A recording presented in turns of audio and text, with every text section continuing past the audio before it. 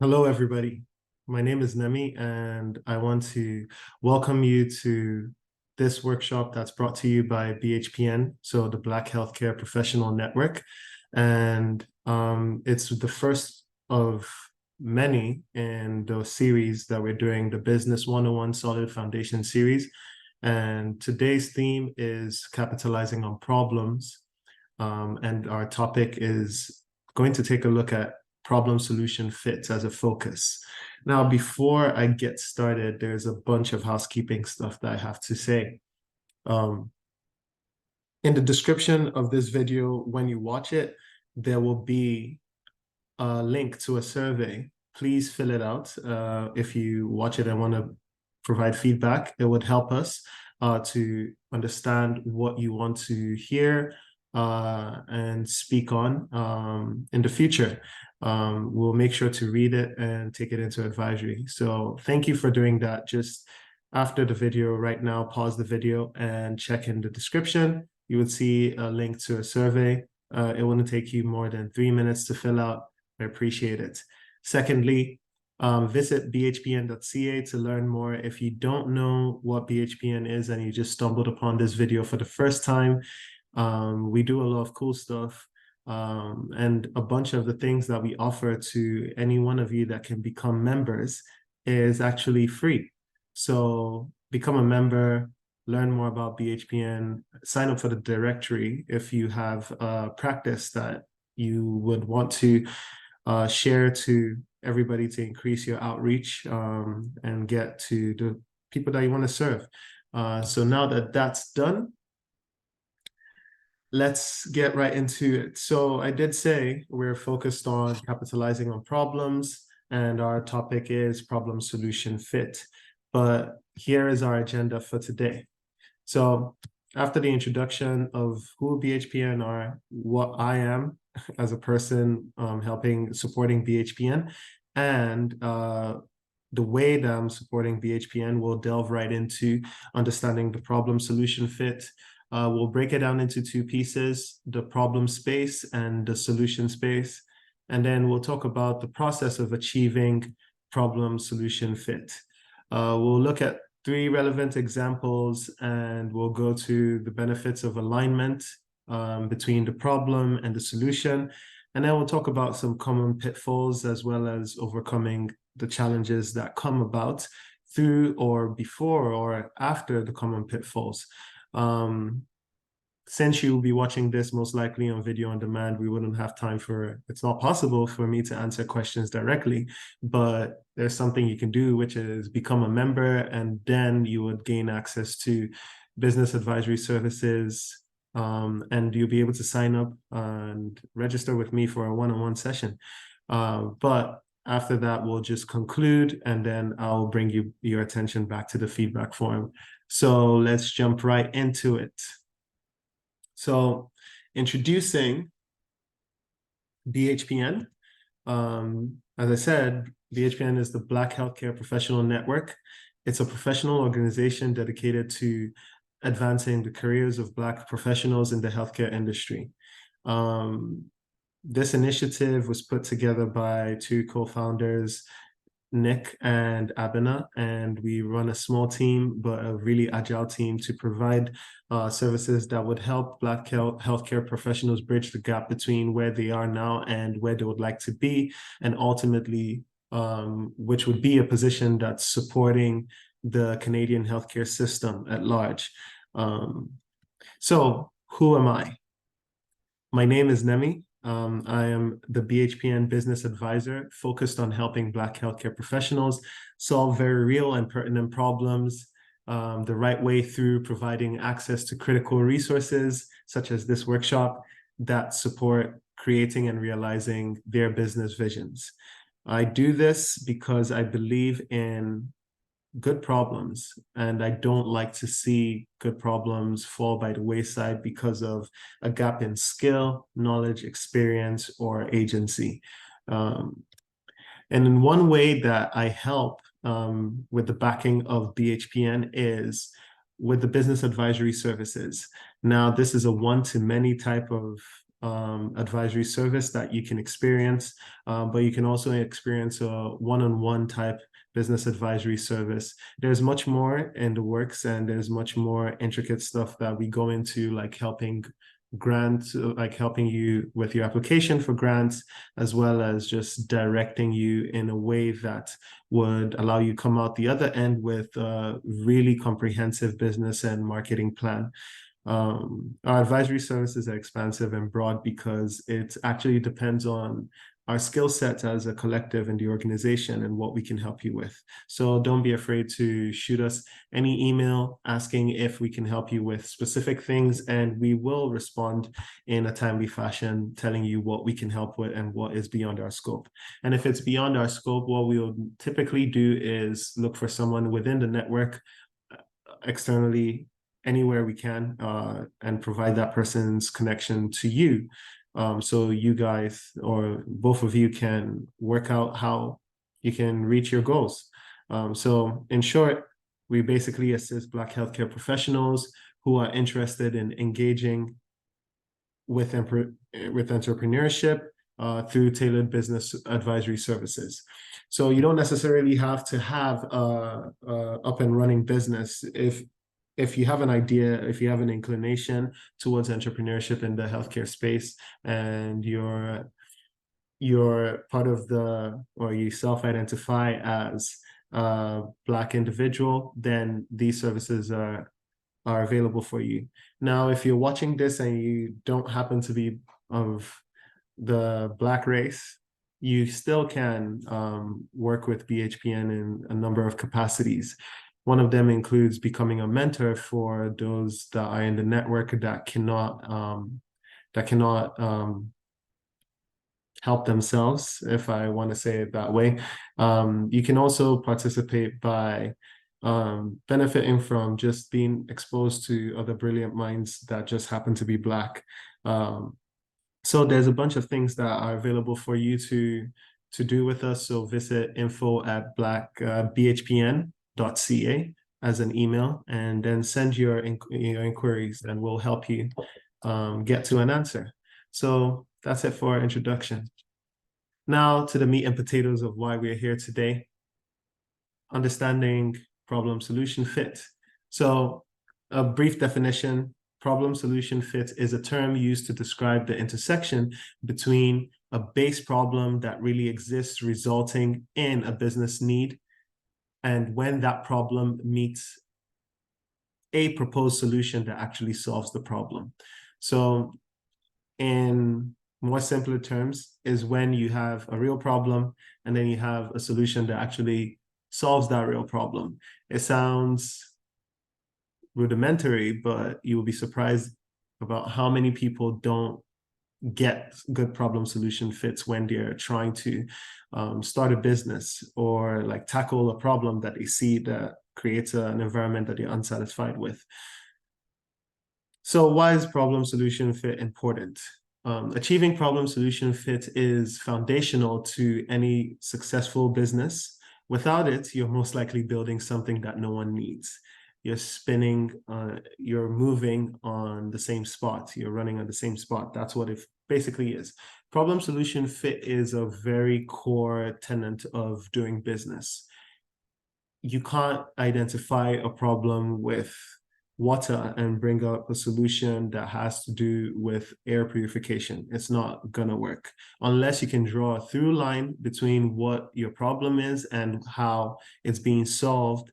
A lot of people, in fact, no one is going to identify with your problem, both the people that experience the problem and people that could support you in your devising of a solution for that problem. Some key points regarding problem solution fit. It is a systematic and methodical process. So it's not just I wake up in the morning and I am dissatisfied with something and I just dream up a solution. 9 times out of 10, you are dreaming up something that will fall flat on its face.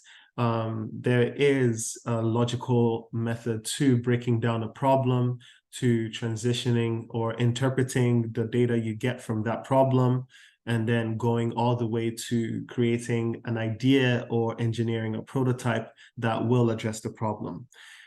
You must validate both problem and solutions respectively. So you can't treat them as one and a whole. You have to break them down, like I said, into the problem and the solution, and then independently validate them. Now, to validate something is to confirm that it is whatever you think it is. So if a problem is, if I wake up in the morning and I say, it's really cold in the morning, every day I wake up, it's a problem. And I think that the cause of this problem is because of my blanket not being warm enough. It could very well be that that is the problem, but you need to actually investigate. You need to observe. You need to talk to other people that maybe stay in the same place as you and confirm if there's shared experiences. And on the solution side, if you say, my solution is to come up with a blanket that actually like regulates itself and whatnot. Well, you have to ask yourself many questions about that. First of all, if that's not the problem, the blanket, and it's actually the thermostat, what's the point of creating a blanket that regulates itself? Sure, it might sound like a good idea, but if nobody is going to identify with that solution, then it's dead in the water. You can test the solution with the people that you talk to at the beginning to find out if that is really a suitable solution for the problem. Or maybe you just need more feather in your blanket, whatever. Like, this is a loose example. But that's what we mean by breaking them down and treating them independently and validating them. And last but not least, problem solution fit is not the same thing as product market fit. That comes sequentially after you establish problem solution fit, because this is just, let's just call it a hyperbolic chamber of like just observing and thinking and validating, observing, thinking, validating, it just like that. Whereas product market fit has to do with what you've created and its relationship with the markets, which are individuals that experience the problem that are looking for a solution. So if you're interested in learning about the product market fit, you can come to the next session that'll be held sometime later. Or you can just click on the next video if the video is already up. Right. So as we said, we're going to break down the problem solution into two distinct parts, and we're going to understand these parts. The problem space is the part that's associated with the problem, and it's in simple words defined as, or it constitutes the problem and everything associated with the problem, including the history of the problem, that includes the origin of the problem, as well as the actors. So the people who benefit from the problem, those who contribute to the problem, and those who feel the problem most deeply as a pain. So the prime question that comes into play in this space is, what is the problem, right? We tend to fall into the mistake of thinking that anything is a problem just because it's dissatisfactory or it has some pain associated with it. Some things may not necessarily be problems, but an expression or a symptom of the problem. There is something called the root cause of a problem, and we'll talk about that in the tools. So the problem is any core and actionable situation or pattern that leads to a difference between the desired objective and the accomplished results. If I have an issue, or if I experience every day that my routine is not working, then the problem is not the fact that I'm late for everything. That is a symptom or a byproduct of the problem. The real problem is my scheduling practices, or just the sheer amount of things that I'm doing, or my behavior in relation to what has to be done. So any one of these three, you can make your pick. They're more core than what you would say, oh, I'm always late. While that is a problem, it's not the core of it. So if that example resonates with you, I suggest that you should have a better relationship with your calendar, like I do, or I'm trying to do at least. So some tools for the problem space navigation include research and observation. Now, in this space, like, let me just mention that these tools are not exhaustive.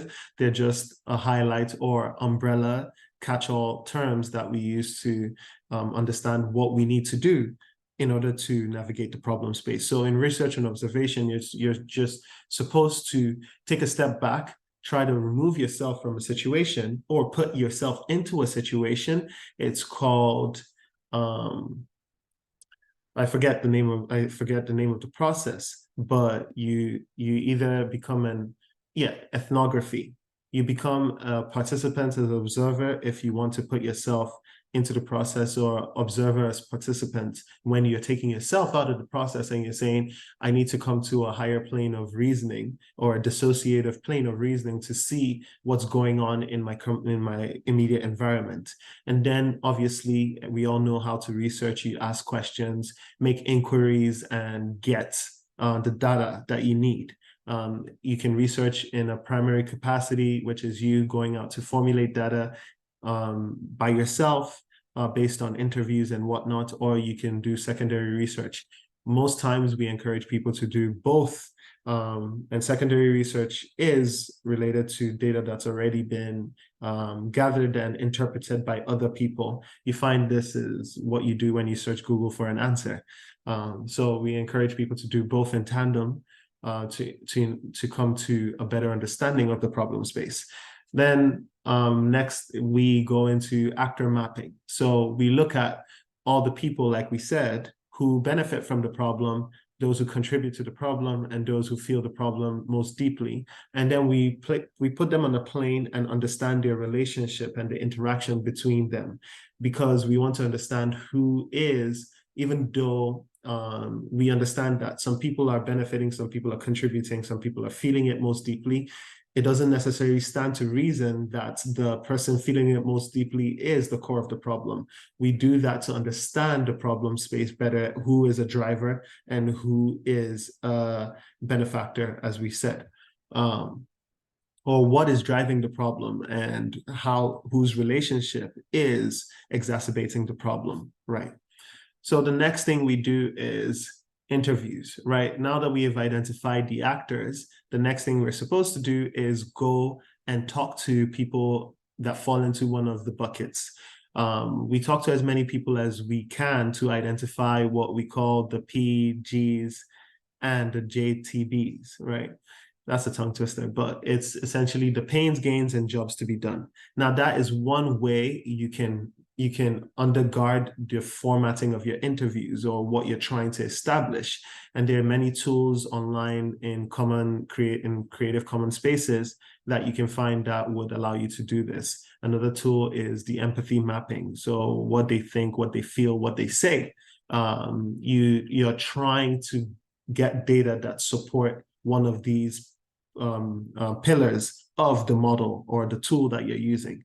Now, pains, gains, jobs to be done is one of my personal favorites because it covers a broad range of things that are related to the problem.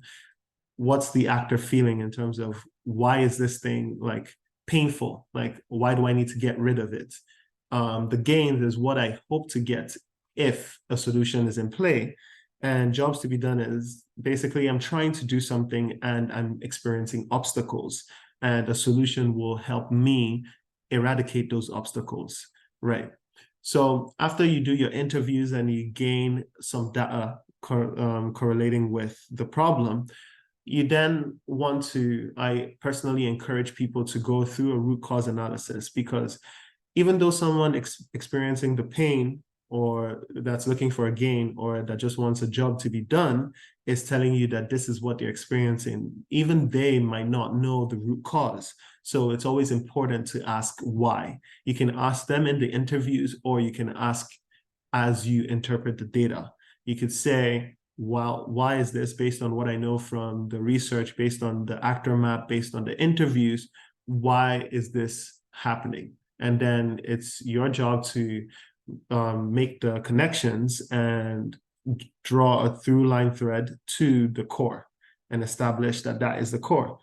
After that, you write your problem statement, because a whole lot of this can get messy. You can spend a couple months looking at the problem, and then it's a whole thesis.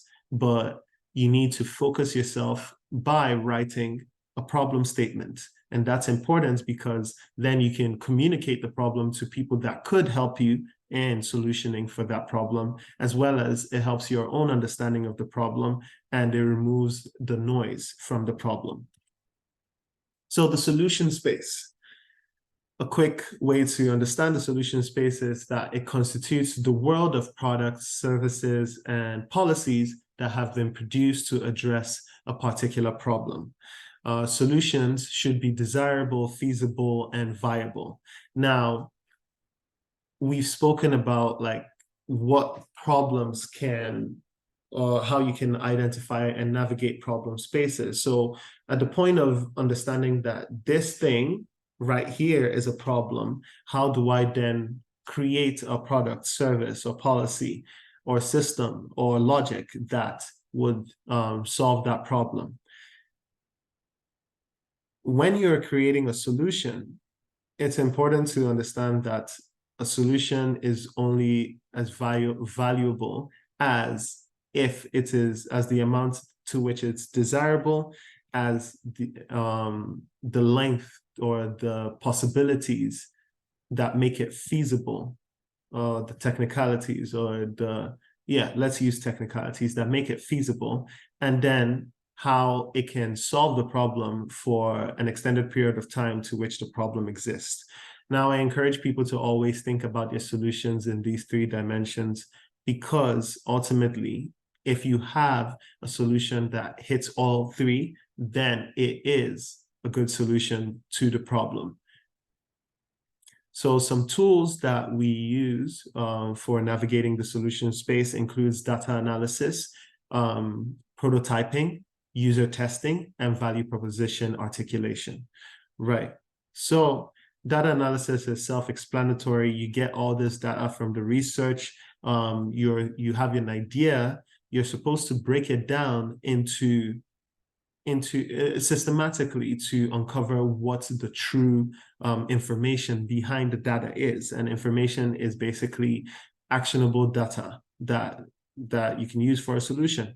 Then prototyping is another integral step, because you have to create something tangible, or something tangible that people can react to and say, this is a solution. Because remember, you're the one that is putting in the mileage to get to a solution. These people that experience the problem are there to take whatever you can give them. So it stands to reason that the most logical next step would be, now that I understand the problem, and now that I have a good idea, let me make something that they can react to. Now, all solutions are not necessarily going to be in material prototypes. They can be expressed as a design. They could be expressed in articulation and documentation, if you don't have the resources to actually create a physical prototype, or your solution has nothing to do with the physical and material artifact.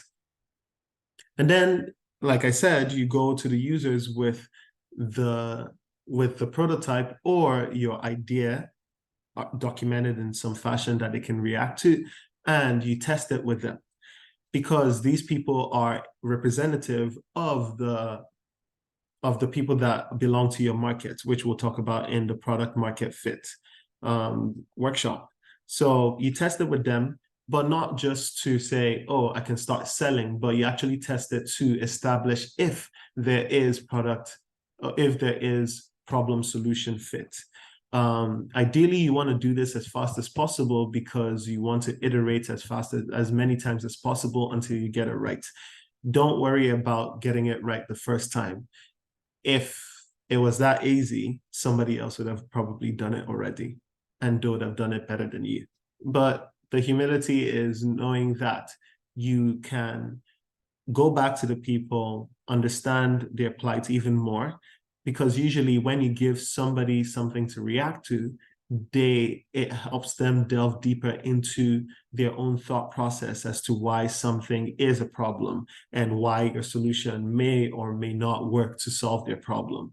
Because, like I said, they don't spend their hours thinking about the problem. They just react to the discomfort that the problem brings. And last but not least, the value proposition. Now, the value proposition just is a tool that allows you to communicate that your solution is valuable to whomever you're trying to service with that solution. It allows you to make sense of if you've made a connection between the problem and the solution that you're offering. There is a systematic way to write a value proposition, but that's not within the scope of what we're doing right now. You can Google it and you'll be able to find different statements that people have put together, or building blocks of a statement where you can plug and play your solution. So I encourage people to write it that way because it's a formalized way of communicating the value of what you've done to people that may not have been part of the process of you creating that solution, or don't understand the problem in a focused manner. So now that we've spoken about the problem space and the solution space, the next thing that we have to talk about is the process. If you recall, a couple minutes ago, I said that there is a methodical and systematic approach to establishing problem solution fit. Now, the problem and the solution have been depicted here as a spectrum. You slide from the problem to the solution, and the way in which you do this is by first going through the origin, of the problem, then going through discovery of why that problem exists, and then your data, understanding the data associated to the discovery that you've done, and finally the confirmation, right? So I just brought this up to show you the four phases, but we'll start with the origin. Now, the origin, this phase is basically concerned with the awakening to the ground zero of the problem. Now, that is a term that I've used to describe the problem origin, because identifying the ground zero doesn't necessarily mean that you understand the problem. You're just identifying the first place, or the most concentrated place of the problem, the progenation of the problem, right? It involves observing your immediate environment, like we said, through ethnography, observer as participant or participant as observer, or just a ton of research. It also involves amassing knowledge about a particular space through observation and the mileage you put into research. You have to know the space properly. If you're not already steeped into the space, then it stands to reason that you can't solve a problem to which you have no understanding about. And then it, last but not least, involves reflecting on personal experiences. If you're not steeped, if you're an outsider trying to solve a problem, then you would have to go through the process of learning as much as possible about the environment. But if you're looking for a problem and that you want to solve, maybe because you don't personally or you don't see a problem in your immediate environment, then one thing that you can do is reflect on your personal experiences by just asking yourself, what have I been deeply dissatisfied with in the past? And is there any chance that other people feel this way? And is there any possible solution beyond what I've seen in the market? Because sometimes problems are really personal at first, and then everybody realizes, oh snap, we have the same problem. So it's always good to flex the muscle of personal reflection when you're trying to identify the ground zero of a problem, right? So next is discovery. This phase is concerned with gathering information about observed problem ground zero. It involves building a hypothesis or hypotheses that are actually falsifiable. What I mean by that is you can confirm if you're correct or not. You can't build a hypothesis on something that cannot be confirmed. I mean, sure you can, but you're not going to get an answer, to which then I would ask you, why then do it, right? So the best practice is to build a falsifiable hypothesis that you can either say, yes, it's true through research or through some tests that you do, or no, it's not. It also involves creating profiles of people you can collect data from through interviews and surveys. Now, you can do focus groups as well. You can do questionnaires. There's a whole bunch of tools available to you for this kind of process or this phase. And last but not least, it involves actually talking to the people that fit into the profiles that you've created. There is no point in creating these profiles and then not talking to them. I know it's scary for a lot of people, but people that experience a problem are generally willing and to speak about the problem, and people are not that difficult if you approach them the right way. Sure, you're going to get a bunch of no's. Sure, it's going to feel awkward at first, but think about the big picture. If you're trying to solve a problem and you know that this will benefit millions of people or just like your small community around you, then it makes sense that you should be able to power through the discomfort of talking to people and getting their opinion, because it will help. At the end of the day, let me remind you once again, they are indicative of your market if you talk to enough people that experience the problem. So it's a good idea to break out of your shell and talk to people. So the data phase, this phase is concerned with transforming actionable data to consequential information. Keywords: transforming actionable data to consequential information. Information that has consequence. Good consequences, we hope, towards solving the problem. It involves aggregating the data gotten over the course of discovery, synthesizing the data by rationalizing qualitative data and or calculating quantitative data. Now, we rationalize data that we get qualitatively, and by the way, qualitative data means like basically words, basically non-structured data that is not numbers or integers, basically.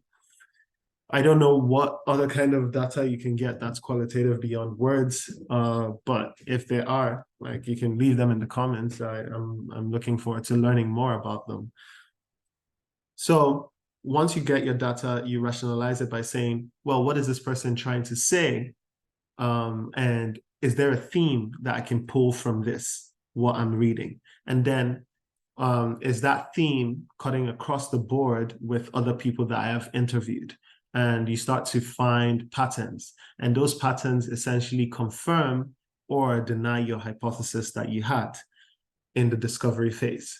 For calculating quantitative data, this one is more straightforward. There's methods that have been documented that you can use. You can do some regression, factor analysis. You can just do some tallying, simple tallying of data. How many people experience this problem? How big is the problem? Where and what are the percentages associated with the problem space? Is it every 1 out of 10 people experience this problem? Is it like 50% of people suffer from this or are trying to do this and they can't seem to do it, etc. And last but not least, interpreting the data to gather insights. Now, this is the consequential information. The insight tells you how to go about solving the problem. This makes you more sophisticated because you're no longer just reacting to what you see in front of you. You've gone through a systematic and methodical process to get there. It stands to reason that you would have better insights than whoever experienced this problem or people that are well before you in the problem solution fit process. It also stands to reason that you may get new insights and may be able to do something better than those that are already existing in the problem in the market space that are trying to tackle the problem. Most times, business or market spaces, industries need fresh ideas and fresh eyes. So just because you see that there's a solution in the market doesn't mean that it can be done better, faster, cheaper. And last but not least, confirmation. This phase is concerned with returning to the data source with the ideated solution to validate understanding and establish the fit. It involves developing a solution on paper and theory, or engineering a prototype. Organizing feedback sessions with people from the discovery phase and recording your process and outcomes. It's important to record your process and outcomes because if you have to go back and tweak things or understand where you went wrong, you can do that in a very efficient and effective manner. And it also allows you to create that through line thread about all the things that you've done and say, this is the connection between the problem and the solution. If you don't do this, you're basically shooting at targets in the dark. Yeah, so for those that don't like to talk to people, I'm sorry, you have to go back and talk to them again. So that'll be essential to confirming if you truly do have a problem solution fit. Right, so now we're at the example stage. Some examples include, and by the way, these are just examples that I picked out of a bucket. As you would imagine, there's any company that you see probably has an underlying problem solution fit foundation, right? So I just picked 3 examples that are interesting, and you can learn more about these companies. They don't sponsor anything. I just picked them myself from my personal library. You can learn about them, and by learning about them, you get to understand your problem solution fit and what matters, right? So the first is in the space of online therapy. The next is in the space of emergency service coordination, and last but not least, is in the space of water purification. Now, I picked them because it highlights areas or different kinds of problem expression. So BetterHelp is basically an online telehealth or virtual health service that links patients with or individuals that need mental health services with therapists. And it does this quite efficiently, if you ask me, and based on the reviews. But I highlighted them because they tackled an increasing problem of access to mental health services. We all know that COVID-19 did its thing and made us more disconnected in person, but it also highlighted some opportunities to provide services that were traditionally in person in new ways. So BetterHelp, amongst a plethora of other companies, saw the opportunity, and they basically try to tackle the problem of disconnected individuals looking for mental health solutions through providing a solution via online. For Emergency Response Africa, they're tackling an underserved problem. So in the Western world, there is a lot of connectivity for emergency medical services, but it's not necessarily the same in Africa. So they're trying to create coordination that already exists. So this is what I was talking about when I said some solutions might exist, but it's not necessarily done to the degree that it would help the people that you're trying to help. So they're basically trying to do things better for the African market with emergency medical services.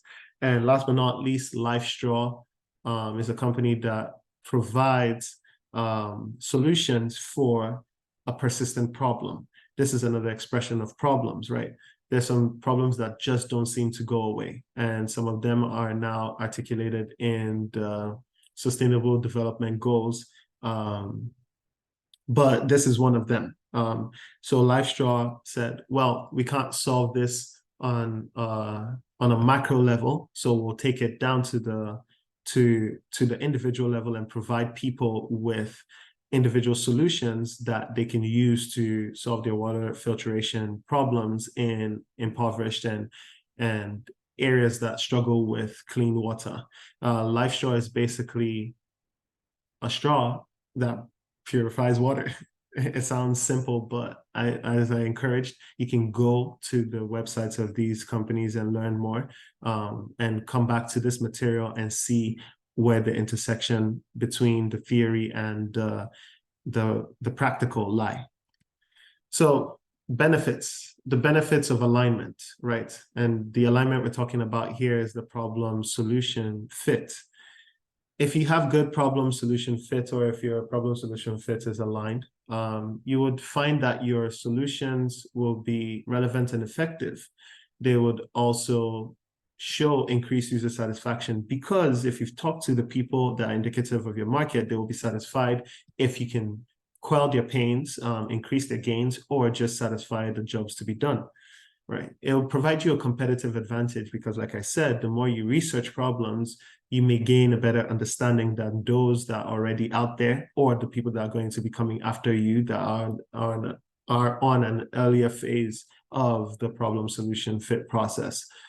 It increases user adoption. If you solve something well, people will use it. It just stands to reason. I mean, it's an oversimplification because there's marketing involved, but on a micro level, people will adopt once they know that you exist with a solution to their problem.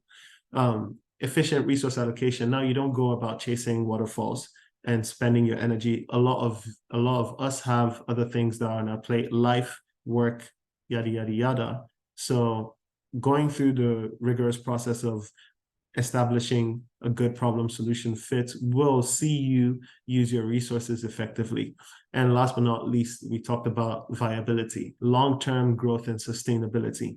If you solve a problem that's persistent, like the one we mentioned in the water purification, it stands to reason that the more people that gain access to your problem or your solution will spell growth and sustainability of your solution. Now, there are other discussions to be had about not solving a problem all the way and stuff that are within that gray area, but on a basic level, on a fundamental level, if you solve a persistent problem or an increasing problem, you stand to see that good execution would open up a pathway for growth and sustainability.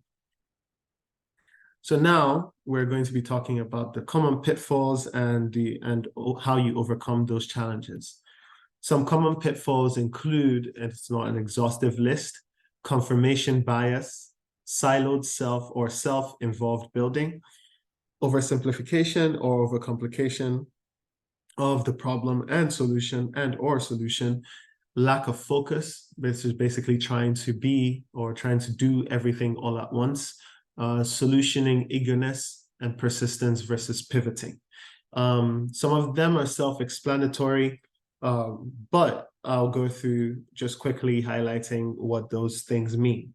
Now, for confirmation bias, basically, this is a psychological effect where you see or you try to find the evidence of what you already believe.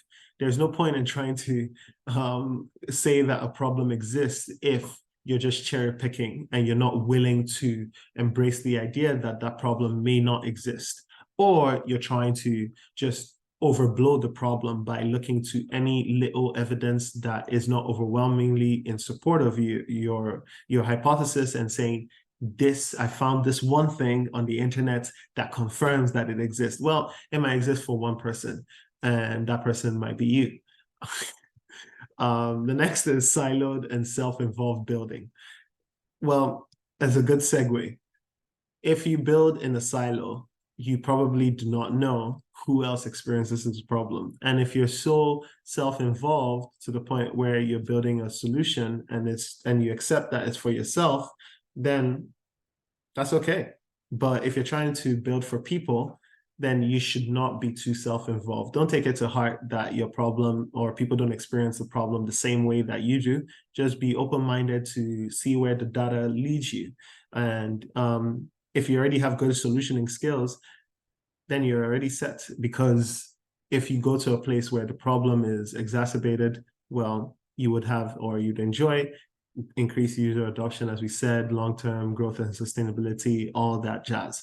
Oversimplification and overcomplication of the problem. See, I used to be a victim of this. I sometimes don't think things are as easy as they are when you do the legwork to understand what you're trying to achieve. And sometimes I overcomplicate things. It's taken a lot of reflection and learning to be able to accept that some things may not just be overly complex, and some things might not just be overly simple, because things are just what they are. If you see things for what they are, chances are you'll be able to understand the problem, articulate the problem better. This leads you to inefficient use of your resources, and it just leads you to spinning in circles or getting overwhelmed or trying to do everything all at once, which segues into the next thing: lack of focus.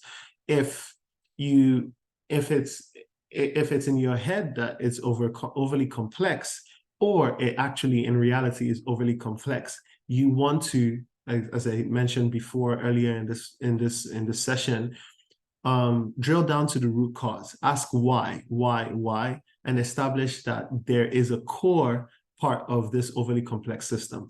Now, nobody ever sets out to solve one little piece. If you experience a problem in its entirety, but a good steward of a solution would understand that solving a problem in a problem space, or solving for one problem, may have a domino effect. And it's not all yours to solve. Everybody exists in a community and a civilization for a reason. We all contribute to solving problems. You take a piece, I take a piece, we solve it. And over time, if you can solve more of the problems expressed in that space, then you grow from point one, which is solving what you hypothesize is the core, or what you've confirmed to be at least a foundational or a cornerstone piece of the problem that will yield a domino effect for other parts of the problem. Last but not least, solutioning eagerness. Now, this one is important because it's just some people are uncomfortable with just spending more time in the problem. A wise person once said, if I have 100 hours to solve a problem, I'll spend 99 understanding the problem and 1 executing on the problem.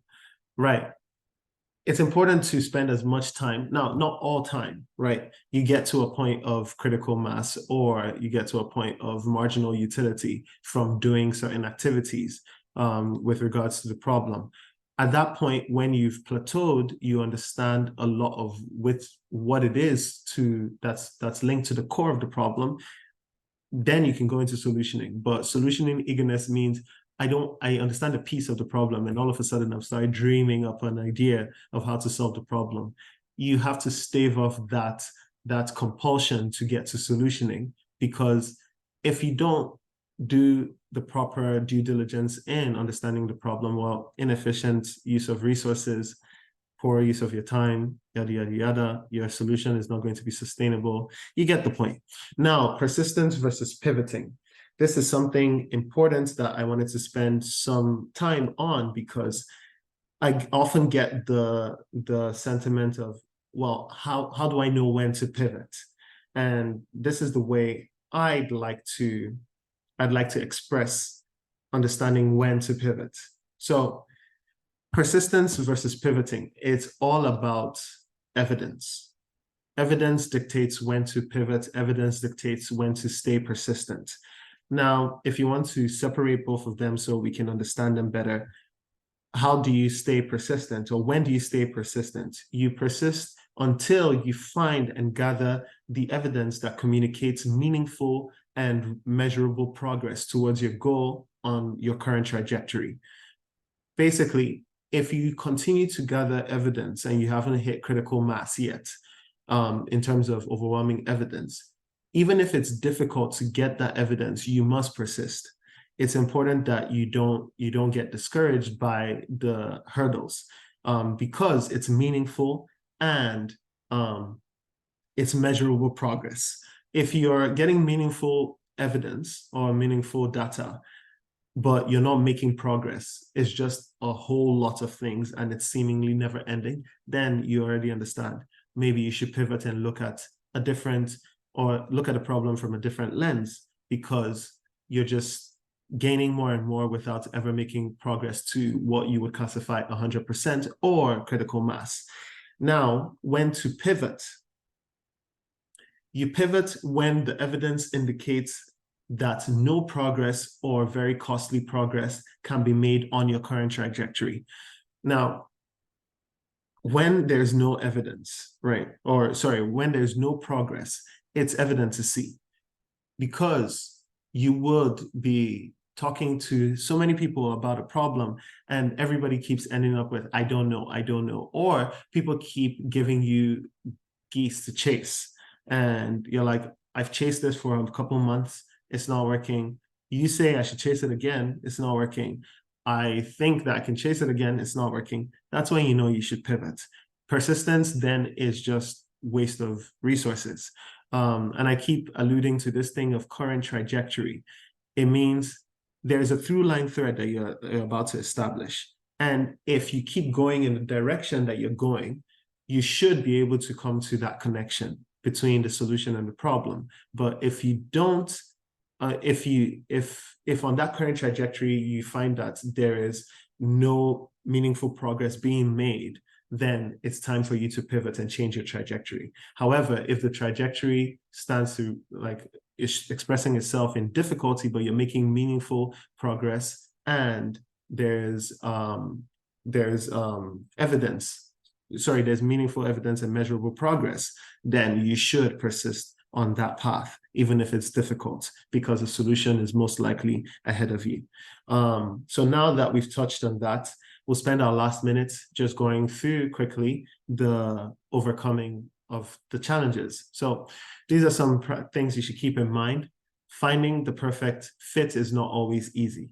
You're not going to get it the first time. If it was that easy, someone else had already done it, and there's no point in you exploring something in that space anymore. So just be kind to yourself. Even the most expert of expert people have it difficult finding something even near perfect of a problem solution fit. This is why you can do stuff better than already existing incumbents in the market, because it's not perfect. It's not comprehensive. Something is always missing and something can always be done better. You're just part of that process as well. Importance of adaptability. We've talked about persistence versus pivoting. Be willing to pivot and make adjustments based on market feedback and changing needs.